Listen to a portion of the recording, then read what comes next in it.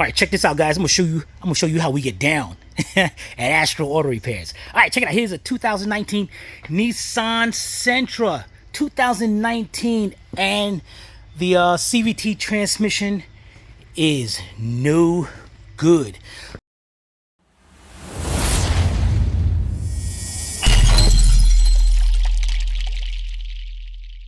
So first thing I'm gonna do, what I'm gonna do. This video is about. I'm gonna show you guys. There's hope. I'm gonna show you guys what goes wrong with these transmissions. Well, one of the things that go wrong. All right, first of all, we're gonna go in there. When you take apart something, you gotta put the parts in order. And what I'm about to show you is called like the party line. That's something I adopted myself. Check it going on here. This is the party line. We disassembled the transmission. As you take parts apart, you put them in a line. So when you go put them back together, you just start at the end of the line right there, and then you just slowly walk your way back around till you get that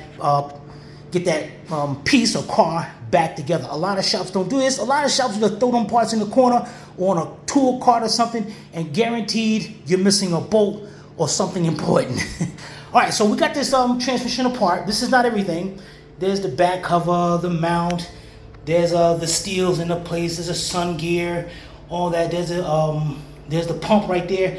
That is actually the pump. That's the pump that pumps the fluid through these CVT transmissions. We're going around. Then we got the valve body. We got the pan. We came all around here. Look at it. Oh, there's the main case right there, the torque converter case they actually call that.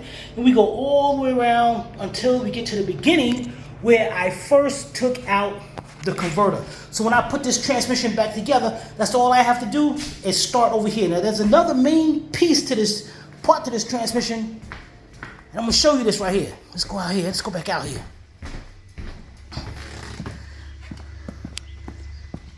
All right.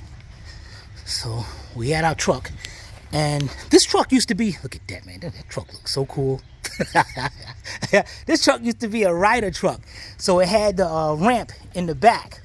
So what we did was pull the ramp out, pull it out partially ways, just so we can use this as a workbench. Now here's the.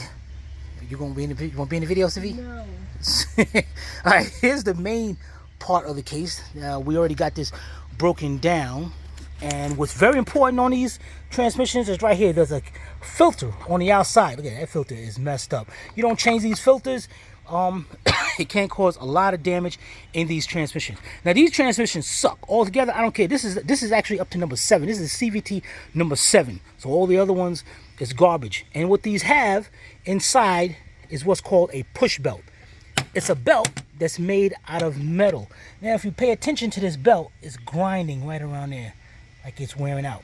Those two right there, these are your variators. And what happens is this belt goes around each variator, about right in there in the pulley and inside of there. So pressure. This thing works off sheer pressure. The minimum PSI on this is 200 up to about 1,000 PSI to keep this transmission operating. If there's any leak whatsoever, this transmission will not work properly.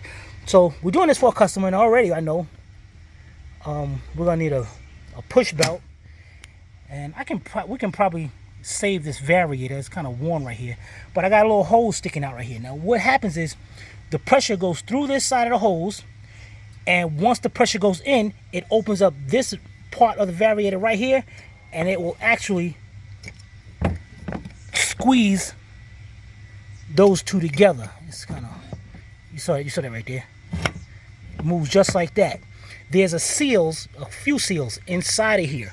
So this is how you test the variators. Now this one right here is very difficult to test because this thing is got a huge, this spring is a monster spring. This thing is, this is and don't think, I'm talking about a thick spring. This is a thick spring inside here. So it takes about that 700 PSI. Let me just move this to the side here.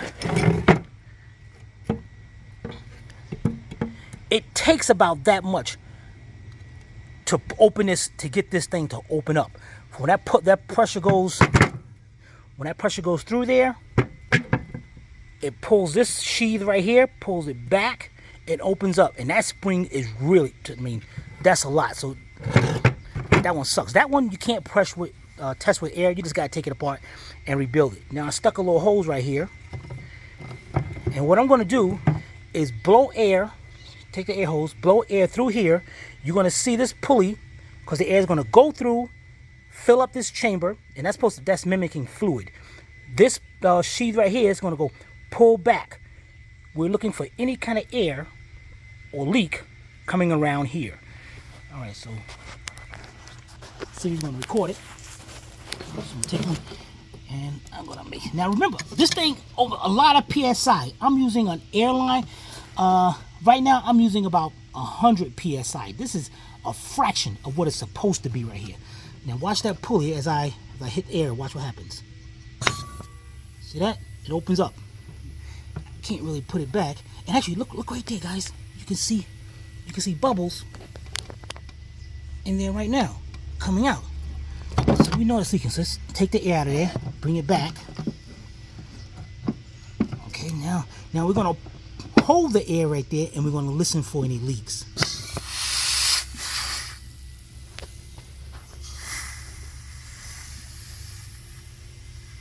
I hear it. You see anything? I hear it. Oh, yeah, I see very little bubbles. I don't know if I'll be able to get it, because it's kind of dark in there. Trying to see it, but it's kind of dark. Hold on.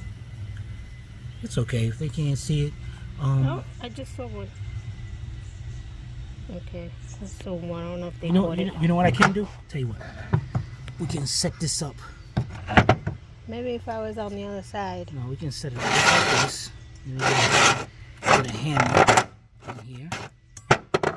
Hold this up. And what I'm going to do is take some carburetor cleaner.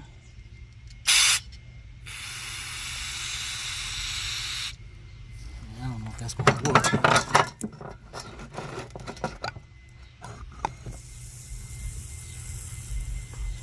Yeah, I see them. You saw them? Yeah. So the seals in this is no good, which would explain, I don't know if you can see inside that pulley right there, how it's got marks on it and all.